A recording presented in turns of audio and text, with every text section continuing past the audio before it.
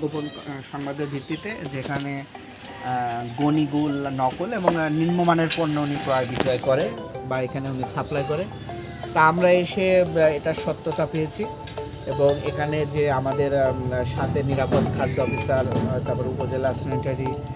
Inspector এবং ক্যাবের secretary মহোদয় আমাদের সাথে আছে। আমরা টোটাল টিম আমরা যেটা দেখলাম যে পণ্যগুলা এখানে পরিবেশের সমিতি যাবতীয় দায়িত্ব নিছে যে তারা এ ধরনের পণ্য যাতে বাজারে না ঢোকে তার বিরুদ্ধে তারা শক্ত অবস্থান নেবে। আর এখানে ওনাকে প্রাথমিকভাবে আমরা 15,000 টাকা জরিমানা করেছি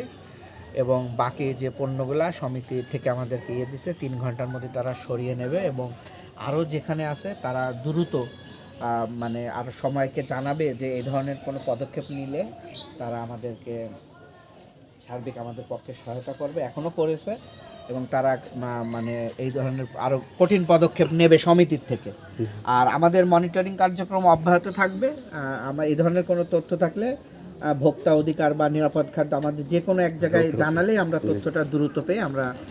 এটার বিরুদ্ধে অবস্থান নেব এবং আমাদের কার্যক্রম অব্যাহত রাখবো।